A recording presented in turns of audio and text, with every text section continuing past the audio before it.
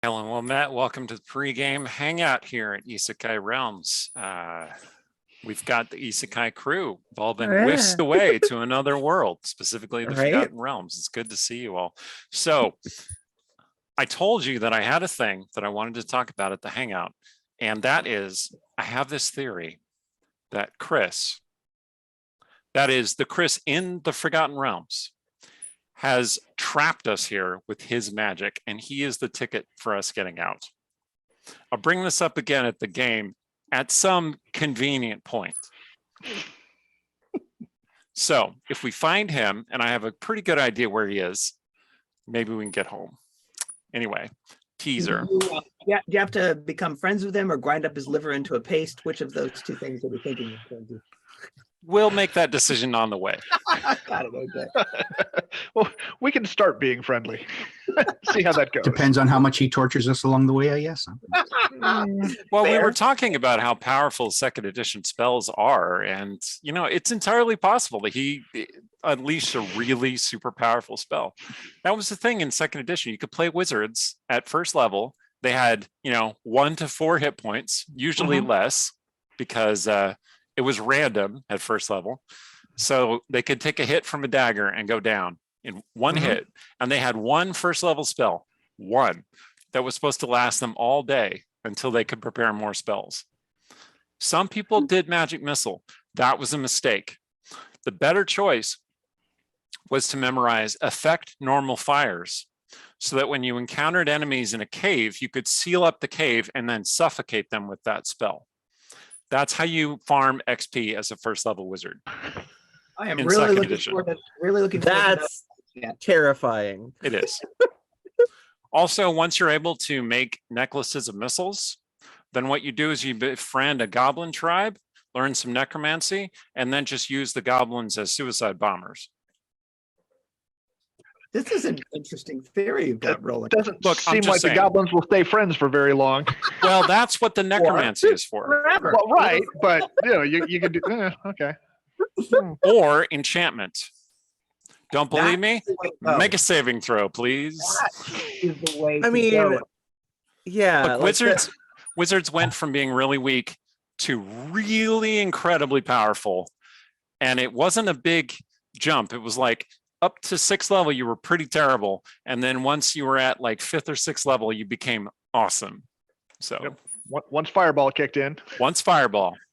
I mean, what's that thing about enchantment wizards being far more evil than than necromancers? Yeah, that's true. That's canonical to the Westgate Irregulars world, where there's a conspiracy of enchanters to make necromancy look like the evil magic, but really it's possessing other people and suborning their will. That's the really evil stuff. I mean, that is pretty evil. Like, we had a whole arc about it. Cecilia's father is an enchanter. That's what happened. And what happened to him? Eaten by an astral dreadnought. Oops, spoilers. Anyway. Look, you're never going to convince me that overriding another person's will isn't an evil act. You're right. It absolutely is. I mean, anyway. I've got a little like, why not both? Like, why can't necromancy be dodgy and also? Necromancy is dodgy. This is why Aiden always fled conversations with Artemisia, because Artemisia would bring that up and he'd go, I have an appointment at the college that I got to get back to. Yeah, necromancy is still dodgy as hell. Like, absolutely. I will not be fighting that. Absolutely. Yeah. You're totally right, Rihanna. Totally right. You'll be pleased to discover, Eric, that I actually play with something called spell points, which is a innovation of the spells and magic book, which is it is. Oh my. And provide a greater degree of flexibility for those wizards in the party. I do recall. Wow. Do I have that book on my shelf? I might. I'll see. I don't think I ever read that one. I'll check during one of our breaks. Rhiannon will have to tell us how it works. Do we want to talk about the alignment stuff? Because I know Chris wanted to talk about the alignment stuff. Yes, I am down to talk alignment. We're ready to plunge back into that. Just to remind everybody, last time we did some alignment conversation in the pregame hangout, and specifically we were trying to determine my alignment, well, my character's alignment, who is also me in the realms. So, and we settled on probably neutral good, maybe with some lawful, maybe with some chaotic, but largely neutral. So That is, funnily enough, where we did settle. But what I'd like to start us off by doing is taking a tour back through the group and seeing whether anybody has any differing opinions about their conclusions from our last conversation. Now that we've had some play under our belt since we had this Yeah. about alignment. So, Ali, you seem to have an opinion. Would anything? Well, of course, momentary lapses are a thing, but certainly, I feel like something should be said about the cutting down of those two guys last time. look, I was defending the public good, and the public peace. Yeah. Don't guilt me about this. Well, That's what Helm wanted me to do. Oh, okay. That's your defense. Your God That is my wanted to do defense. Sounds chaotic that- to me. that's what the sword wanted you to do, maybe. Oh my God, he's right. And some really bad people. You know what? This is probably going to be a conversation we should have in game. But I mean, we kind of already did have that conversation. yeah, true. We started it. We started it. Yeah. It might end up going other places. I Yeah, just looked like- at my shelf and I'm pretty sure it's the skills and tactics book is the one that I have, not the spells and Yeah. magic book. Well, Anyway, got 'em all. If anything, there is an argument there, I think, for those specific actions, if not, the entire outlook, since you did regret it after the fact. oh, I definitely did. Those specific actions definitely being along the more Judge Dredd vein of lawful neutral. But he at least has authority to act. I mean, this is more full Frank Castle here, and I had authority to act too. It's called Yeah. Helm's commandment. So what alignment is the sword?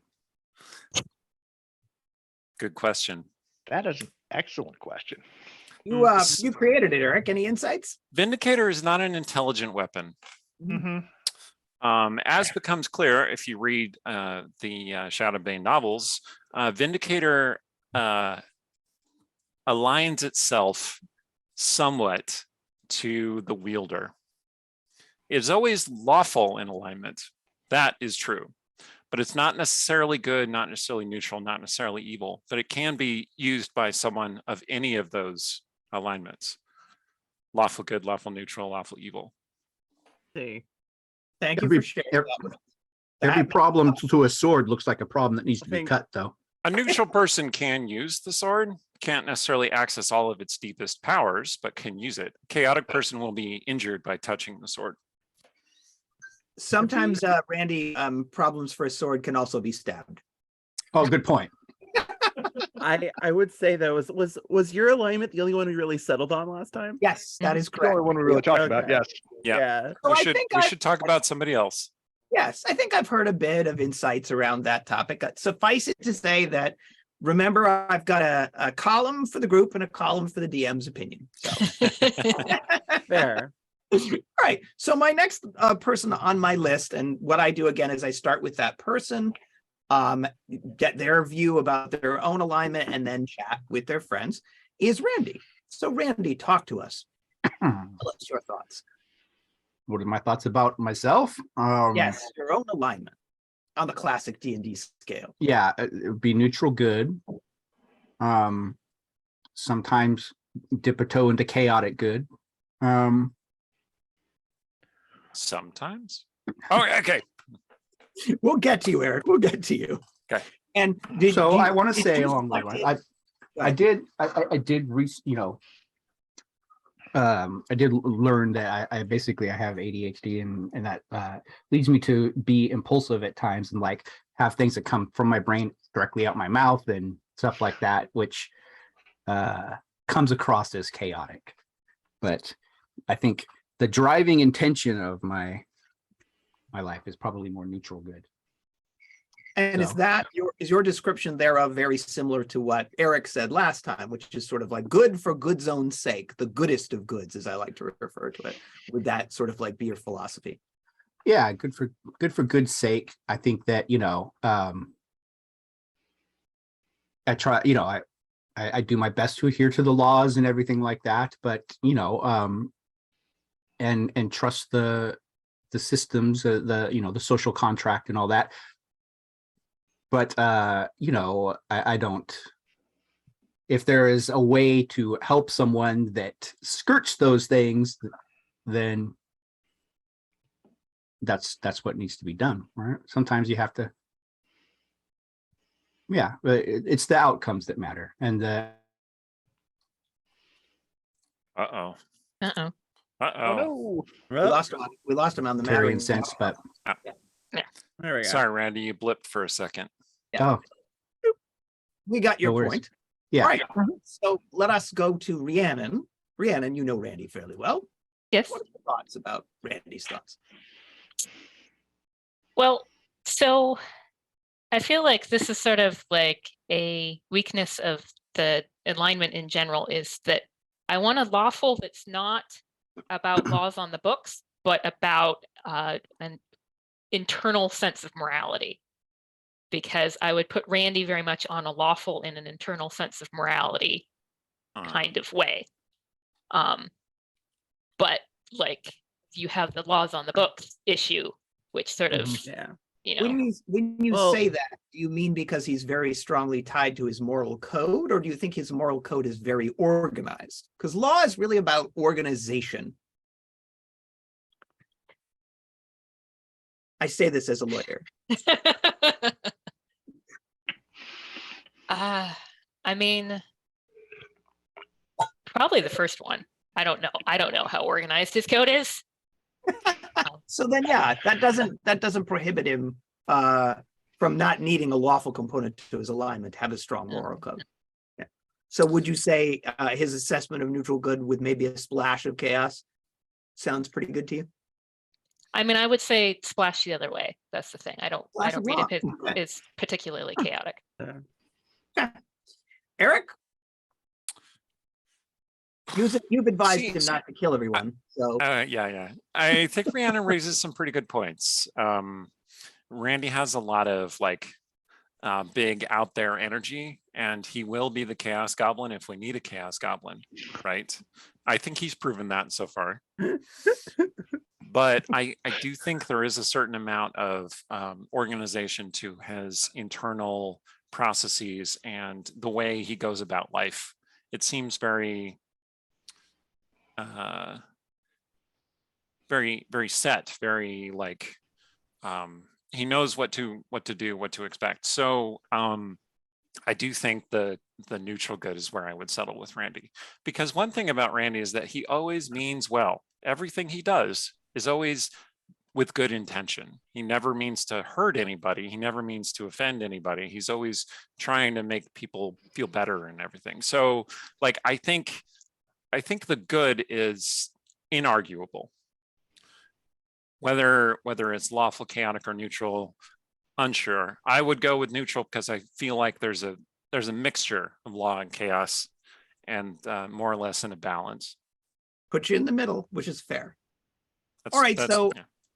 Allie and Joel, you probably maybe know Randy not quite as well as the other two, but you've certainly observed Randy for some time. So why don't you share your thoughts with me? We'll start with that one. Well, I definitely actually am inclined to agree on the neutral good aspect. I think that there does seem to be that balance of like,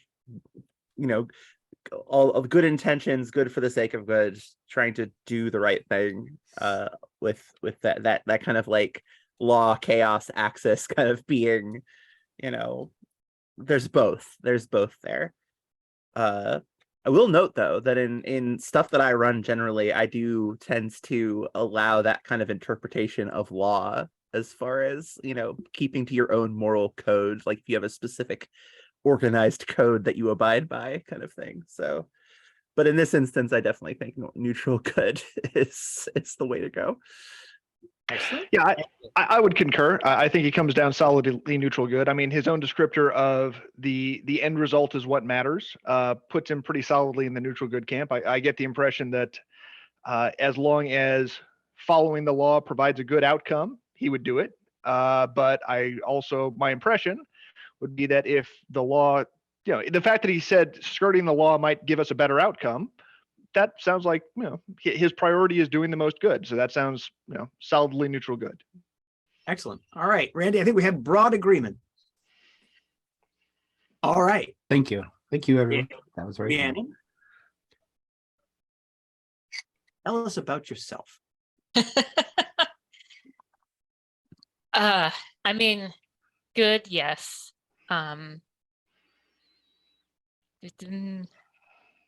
Probably neutral, leaning lawful. What makes you say that? What makes you say that? You said probably. I am organized. I do like following rules, but I don't like following rules blindly. So, and I do sort of like to dig into, like, with the anthropology degree, looking at how we got here as far as our laws and why humans gonna human, and that's gonna make things complicated. But at the end of the day, I am a creature of habits. So I think that has the orderly aspect to it when you leave aside the sort of thinking about it in a ivory tower kind of way. When you say you're a creature of habits, would you describe yourself as the sort of person who has a system for everything, whether it be getting ready for bed or where to put things in your refrigerator or that sort of thing? Do you repeat the same routine? Well, so that's a different question, I will say, because I would say that a system is something that you have designed and put thought into. And routines can be things that you just repeat long enough that you stop thinking about them. And so I would say no systems, but definitely routines, because something works for me and I am happy about that and I continue to do it and I like that, but I don't tend to find particularly much use in, like, sitting down and being like, well, to get chores done on alternate weeks, I should have a checkbox, blah, blah, blah. Like, no. Got it. You are not an engineer. Noted. Engineers like color-coded charts. All right. Randy, Engineers, lawful neutral as hell. Yeah. Randy, thoughts? You are muted. I just saw that.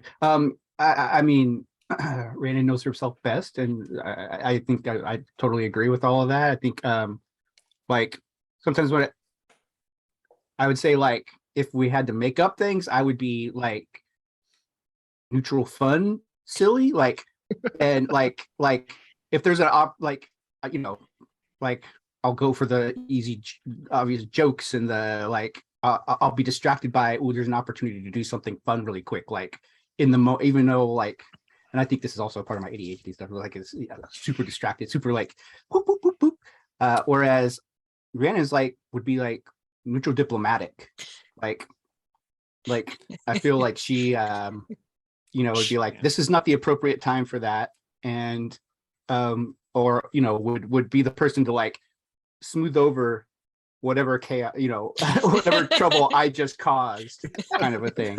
I'm sure we'll have chances for that.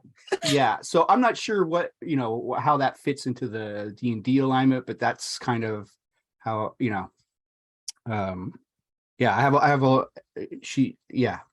and she always just strikes me as a very, like, thoughtful, considered, and sort of wise person to me. So Right. There's Aaron's theory of change one of the two words. So for a while there, Artemisia was listed as fashionable good. Yep. Was what I said for her alignment. So we could do neutral, diplomatic in that sense. There you go. Noted. Yeah. But yeah, that's how I feel. Thank you, Randy. Eric? Yes, definitely concur on the lawful thing. Rhiannon is the adult in the room most of the time. Like, she is the organized and responsible one. And so I will not accept an alignment for Rhiannon that is not lawful. Fair enough. She was and lawful good is what I would call Rhiannon, because without a doubt, she has always impressed upon me through her actions and her ways of thinking of things as very compassionate and very forthright, and always looking for good solutions that will that everyone can be happy with. So All right, thank you, Eric. Allie. Well, not not knowing Rhiannon terribly well outside of what I've observed, in the games thus far. I definitely do concur on the whole kind of somewhere in that line of like, neutral good to it's definitely lawful good, with that kind of like I am kind of twigging with a lot of the organization talk that does seem to come across, I think. So yeah, I mean, I don't have much more to add other than that. That kind of makes sense to me. More than enough. That works for me. Joel. I'm not sure what else there is to add either. I mostly know Rhiannon through her through streaming, so I haven't seen her that much when she wasn't playing Mia. So it's I don't know how much of that is whether any of that is her or whether none of it is her. Or, but the way she described herself, I would say probably lawful good. All right, thank you kindly. All right, so that brings us to Allie. Allie, tell us about yourself. I mean, so my inclination, especially given that I have a tendency to prefer to play characters of this kind of alignment, is I play a lot of chaotic good. I like to play chaotic good. It's kind of this approach that I like to think that I have for myself of like, I'm going to do the right thing regardless of whether it's technically legal or not. If I don't believe the laws are just, I will not follow the laws, that kind of thing. That being said, knowing myself and how at times I can be reluctant to step out of line as much as I might want to, I might lean more neutral good personally. I play a lot of rabble rousers and a lot of chaotic characters, but I personally tend to, I think, trend more toward the neutral. That's my thoughts on the matter, though. Fair. And I would start with Eric here. You probably know Allie the best of everyone, I right? do know Allie the best. We've been friends for what, 10 years now? Something like that. Like yeah. a long time. It's been a while. I would definitely say chaotic good. Okay. Occasionally, yeah, you do temper yourself, but I think it's more that you're being a little pragmatic about what you can get away with and what you can accomplish. Also, And I think if you have a little bit of power and a little bit of like if you've got a sword, I think your chaotic good tendencies will win out, is what I'm saying. Like if you are fully confident in yourself, chaotic good is basically always how you act, as far as I've seen. okay. And that is great. Chaos gremlin cinnamon roll. That's how I would describe Allie. I'll take it.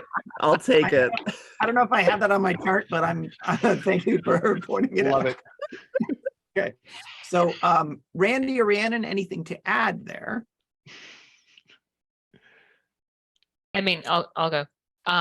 Chaos immediately popped into my head, in a good way. Okay. And I was like, why? And then I thought about it, and I think it's because I feel like Allie, she is really in touch with her impulses and makes good decisions about when to like give into them, as opposed to somebody who's like sort of trying to push their impulses down and ignore them. And so I think it's like it's a positive in that way. Like, not that you're like totally ruled by your impulses, but you are sort of taking advantage of them. Okay. Fair points. I dig that. Randy? I think yeah, I agree with everything you just said. I think chaotic, in a little bit in the sense of, I think you have to be chaotic in some senses in today's society, especially if you want to if you want to be able to feel free, I guess, in some senses. But and so and really artistically in other ways. But I think that so that's how I think, probably why I think of chaotic when I think of Allie. And yeah, I don't know her well enough to know like if she has a strong moral like philosophy or anything like that to put her in. So I Fair think- enough. yeah. All right. Thank you, Randy. Finally, Joel. Sounds like Allie certainly aspires to be chaotic. So who am I to say otherwise? So Fair enough. Well enough. and well, yeah, now that you have a sword, we'll see what See how that goes. it's like when you actually have the power to act on those chaotic impulses. That's mean, often true. Eric made that point about so much of the life we all live on our day-to-day affairs constrains us within certain boundaries of what we must do as opposed to what we could do given reign and control over the elemental powers of the universe. So one of the things I enjoy about these games is it gives people a glimpse into their own character. But that brings us to you, Joel, as we're about to wrap up. What's your Actually, I thoughts? think have we have a to go to couple- our 5-minute break. All right, shall we leave everyone in suspense about Joel's alignment Oh, we can, yes. and about whether Joel's going to become a dwarf? All right, don't go away. We have a little break and we'll be right back with the game.